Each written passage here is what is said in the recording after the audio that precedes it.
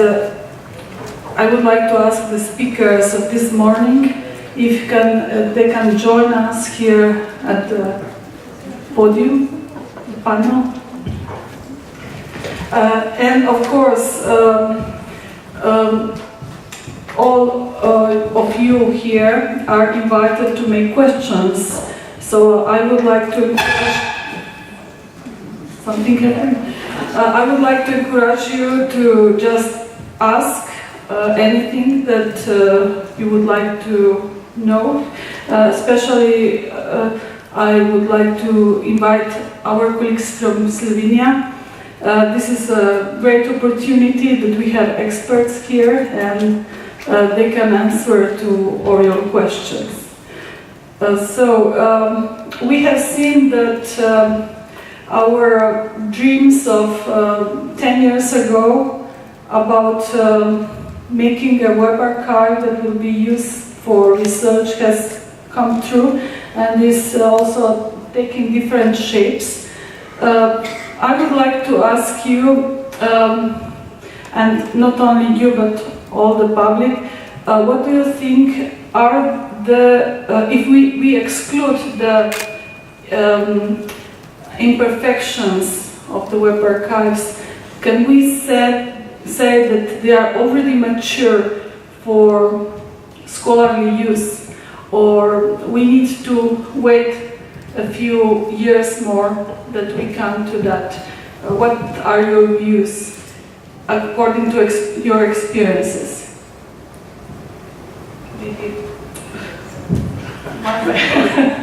That's a nice one. Yes, I would say no, not mature for scholarly study. You've got bits on disk, which is excellent, but then I guess it's time to take the next steps, to engage more, let's say commit yourself a little bit more to engage with the research communities. And it actually struck me with more of the presentations, for instance, Megan talking about the problem that the scholars do not know what they can do with the material because you cannot show us what you can do. So we're trying to make up things, what we could do with it, but we don't know. And you can't show it to us because you don't have the tools that we want you to create, so to say. So it's kind of a catch-22 situation, which is kind of an inherent problem in this issue. And Helen talking about that you should give access to as much as possible. Since we can't have free text search, then what can we do instead? Giving access to, for instance, the entire list of what you wanted to collect in a collection. That list could be good because I could check your archive and you don't have it all, but maybe I could go to another archive, use Memento and go to another archive and then find it there. And these 2 points, Megan's and Helen's, in a way, revolves around maybe the question that we can kind of have at the end of the day here is maybe we should have more formalized ways of collaborating between the research communities and the web archives at a national level, but also, as I mentioned in my presentation, at an international level, and IIPC could be a framework for that, so that you can get information on a national and international level from different kinds of research communities, not only where I come from, media studies, but also history, archaeology, anthropology, social science, etc. And then a last point, and then I'll shut up. You should also, or we should, as scholars, our part of the deal in a way is that we should support the coming generations of researchers, because we have to take this out in our communities and then teach our students to use the web archives as a source for what they do. So we have an obligation there to kind of disseminate the idea of using web archives and then getting good information from the students, and they'll become the next generations of researchers. Yeah, that was a long talk. Thank you. I just would like to respond by saying that there's no such thing as we develop a system and bang, it's in use, go and use it and tell us what you think. It's a collaborative iterative process. I mean, all of us would have heard about the so-called user-centered design, you know, the agile methodology, what have you. So there are frameworks out there to support this process. The way we've been doing this in the last couple of years is to come up with ideas, you know, wherever they come from. We spend a little time, do some demonstrations. By no means we are certain whether they are useful. But my model is always, I'll show you what's possible, you tell me what's useful. Just to throw my hat in the ring here for a second, I really like what Helen has said about all of this other kinds of documentation that we have, but I think that, and to use another one of your analogies, stepping back and seeing some of the patterns, a lot of what archiving does is it preserves content, and the way that we see content, and again, we as internet researchers, the way we see content online is not the way that it's traditionally been seen. So for example, one of my favorite examples that I like to use, I'm really interested in the structure of the web, how we actually build pages and where the features of those pages are. So great, we have snapshots, we can understand what these websites look like, we can archive them in these interesting ways. But for the most part, people are interested in what the content of that page is. So for example, take Harper's Magazine or the New York Times or any kind of news publication. Those archives that exist there are usually the archives of the content of the news articles. What I'm interested in though is those little features that people can use to share those articles. When you click down over, if you're looking at the website for a Harper's article or a New York Times or any other kind of publication article, you can usually click on some feature that drops down a list of share this with Reddit or share this on Facebook or send it to StumbleUpon or whatever it is. You can send it to Twitter or whatever it is that you want to do. I'm interested in how those features get built, how they move around on the page, and what they structure our use of that website around. I don't care what the article is. I don't care what the text of the article is. I don't care what's in it. So understanding content means something very different to all kinds of people who are studying internet research. That makes a really big problem for you guys, so we're not making it easy for you, so I understand that. Yeah. But there's something very different about content versus how we flow through content. And the way we flow through content is how internet researchers are now thinking about how to study the web. That we're not necessarily going to the web to read the content, we're understanding how we actually flow through this content and how we interact with it and what that means. So that's sort of one of the intense layers of abstraction that we don't see in web archives that we really want to be able to see. That I really want to be able to see how people were able to share a Harper's article back in the early 90s, the mid-90s, the early 2000s, and to now. Even that example, I came up with that example in February, just a couple of months ago, and since then it's changed 3 times. So, right? And again, the articles don't matter to me. The banner, the ads, all of that other stuff that's content on the web, to me, it's the structure that's actually important. And so yeah, the idea of thinking about what content actually is something that would really take that maturity level of web archiving to a whole new step. As an historian, I think it's the researchers are afraid by lose the sources if they work with the web, and that's why they are afraid. I think they are afraid about that. So with the archive, for us, it's very important, and also I think it's a question of collaboration and human collaboration, because we need to understand there is technical information, and for us it's very difficult. It's also a question of formation for the students, because we don't have this information when we study history. So it's very important to have this collaboration with archivists. And also in France, we have a place like the BNF or the INA, and we usually go to this place for use the archive. So it's for me it's the same thing. If I go to INA to use television archive, I can go also for use the web archive, and there is people who explain to me how it's I can use it.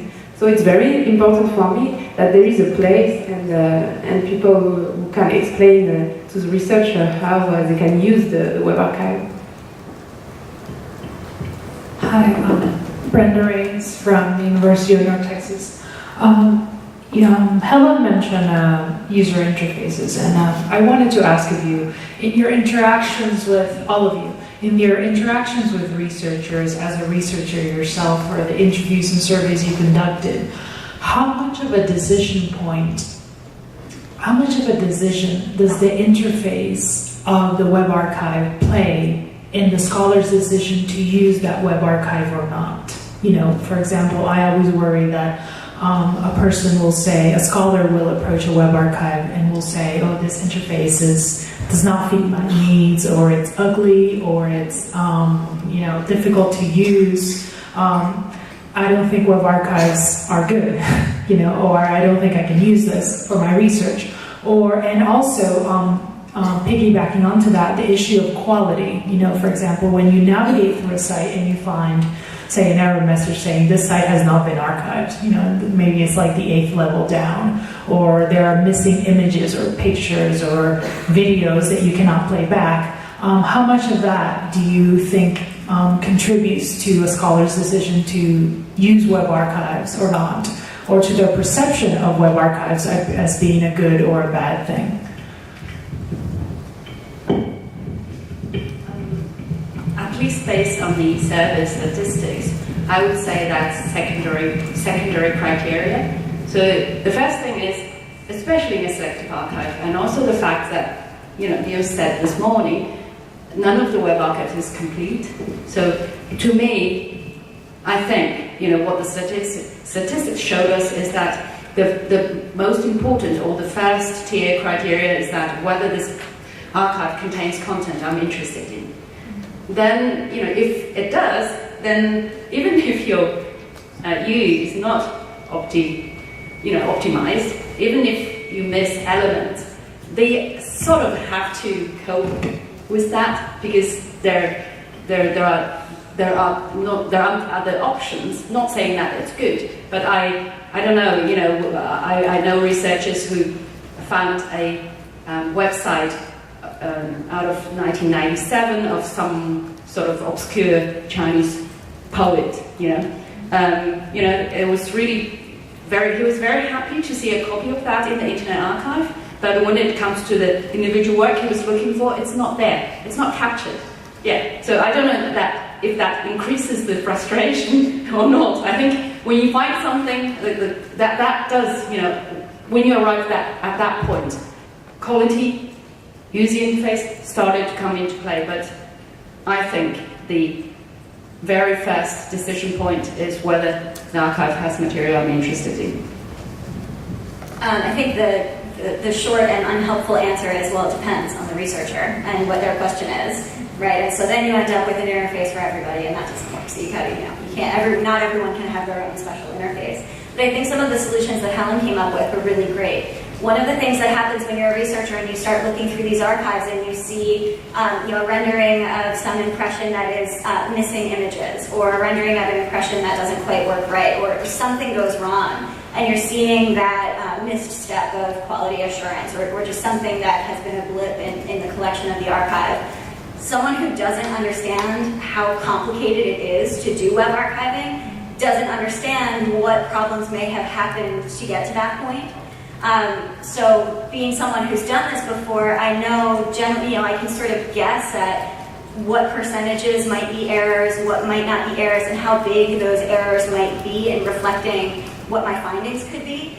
So some of the solutions that Helen was talking about, this intense documentation, thinking about, well, what is the percentage of, if you're collecting an archive, what did you actually collect versus what were you not allowed to collect? What is the percentage of stuff? What is the percentage of quality assurance? That way, if you have all of that documented, that researcher, when they come across that first blip and they get nervous, they can go back and see the documentation and actually understand that, oh, this actually is just a small blip that I happen to find. but that it's not sort of reflective of a larger problem. The first thing that people ask is, if you're looking at images and you keep looking, if your research question involves looking back through images or looking back through, real estate analysis or any, whatever it is that you happen to be looking at in these archives, if you keep coming up with mistakes or quality assurance problems, you're going to start questioning, well, my findings aren't going to be valid. I have no idea what I'm generalizing to. If I say that X images are about this thing and it turns out that I only found one of them, but I'm generalizing to this large thing that I don't even know what it is that I'm generalizing to, then none of my results are valid and no one else can replicate them, and that's problematic, and that's when we start backing off. So having that documentation is not just documentation in the way that archivists understand what that word means, but for researchers, it helps us better generalize what our findings actually are. We can actually make reliable and valid findings using that documentation. For me, when I work with Web Archive, a live web and Web Archive are complementary, and even if elements are missing, I just need that there is some elements of my website in the Web Archive. I don't have, so I just need that there is a trace, something which is archiving on the Web Archive, even if there is elements. And also with collaboration, I can ask for the future that the new website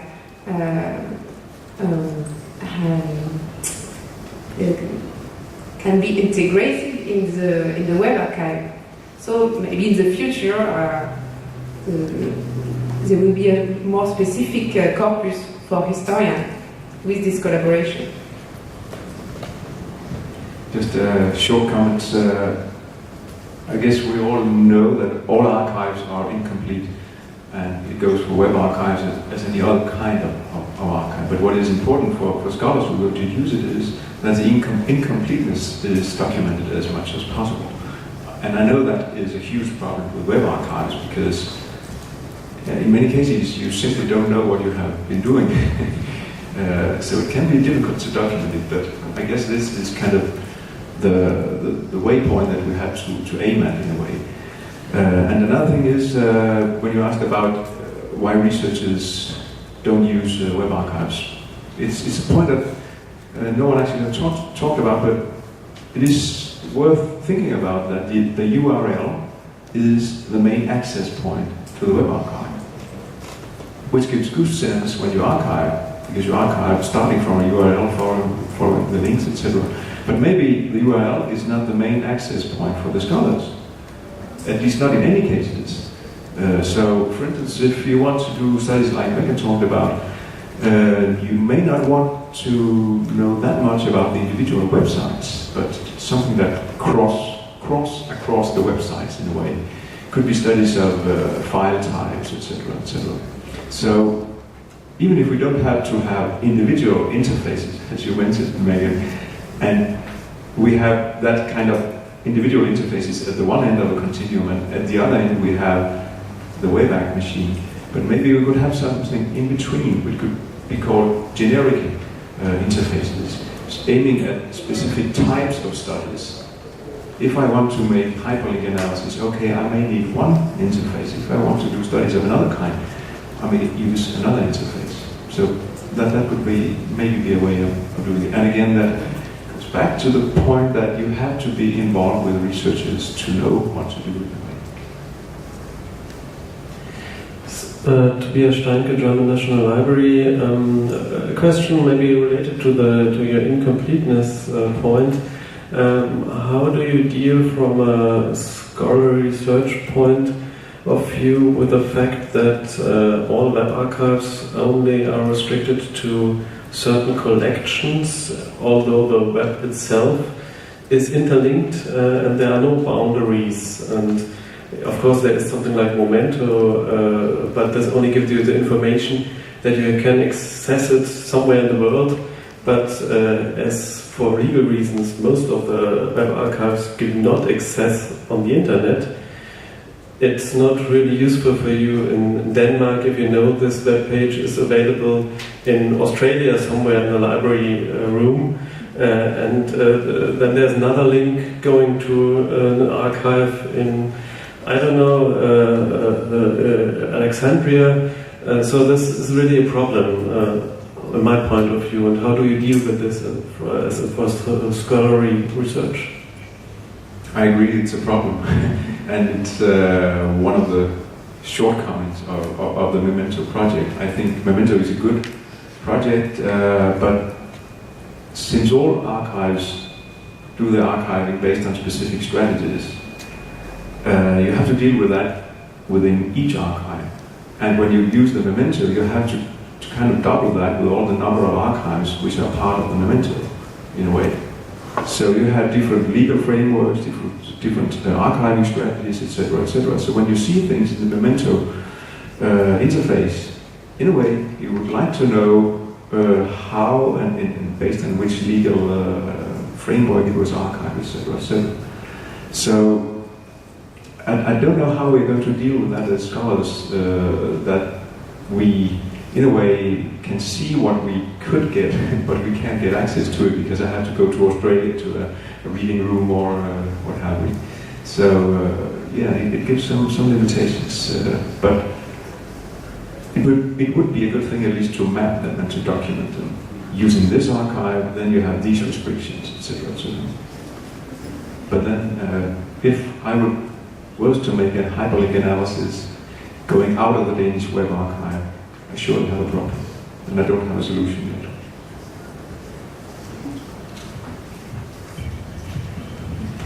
I think that's a problem that's, again, stepping way back and thinking about how do we actually approach some of these questions.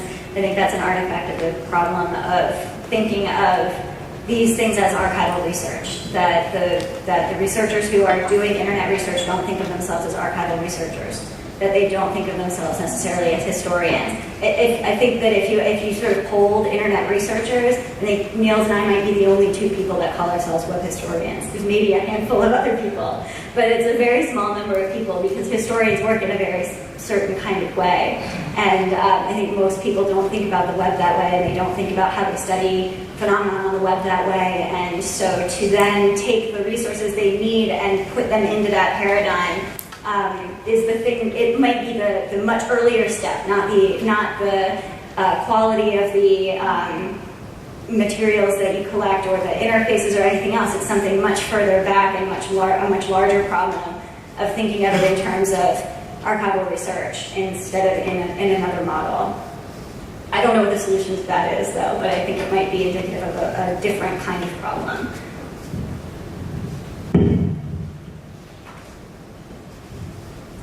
Is there any other question from the public? Yes?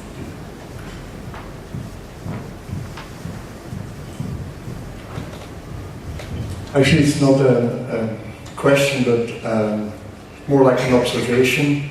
So what I've seen so far from most of the speakers is like, are we going to address the researchers' needs by providing all kind of different entry points to the web archives? This is not what I see happening elsewhere in web research. When you think information retrieval, what have you not, what happens there is that reference data sets are being put out for download, and they are being given a name, and then all researchers do their research on the same data sets, and that makes for comparable research results. So you can say, well, I performed better, or I found more than these guys because they work on the basis of the same data set. I just want to say, wait until this afternoon after you have seen Andy's presentation. We're trying, I mean, it's a valid point, and we're trying to do something there as well, but the difficulty really is to go around the legal restrictions. We're just exploring how much we can do. We have 3 more minutes, so I would like to make a question to all of you. I know that there are some researchers among the public. if you could ask your university or national library for a single service related to web archives, which would it be? So if you can answer to this question. There are no researchers? Full text search. Full text search, okay. Anything else? No. So, there is one. I didn't see you, I'm sorry.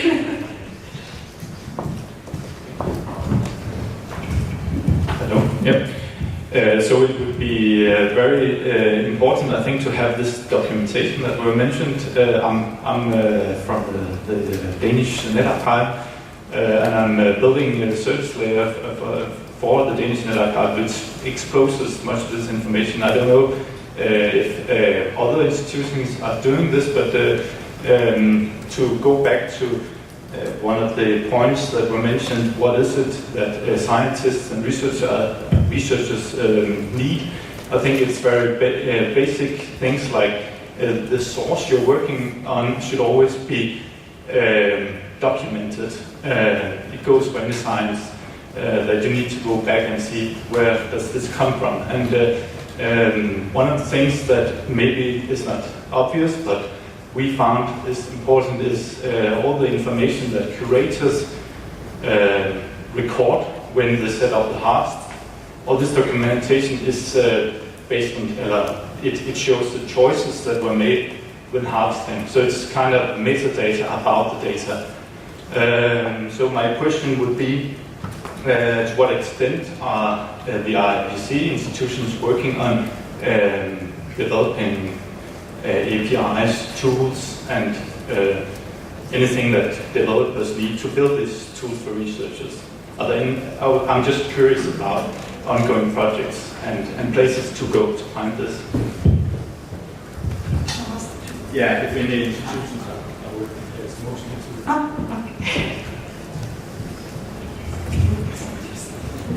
Yes, my name is Barbara Siemann from the National Library of the Netherlands. I would like to add something to that. If you ask for documentation, that's a very valid question. On the other hand, if you create a long-term digital archive, which web archives are, we have a set of standards of information you should add to the harvested object, and one of them is documentation. It's what we call provenance, context information. So we have a framework, a theoretical framework, that we need to put in practice and how I need to translate to what we call the AIP, the archival information package that we put in the archive. So we could meet maybe there somewhere. Thank you very much. We are already running out of time, so thank you very much. We are finishing this small panel discussion, and we are continuing after lunch. Now is lunchtime. The condition for lunch is your badge, so don't forget it. And we will come back. Sorry? Is there?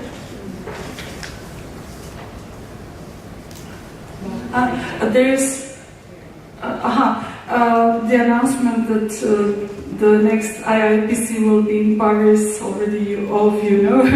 So we are ending this session. Thank you very much to all the speakers.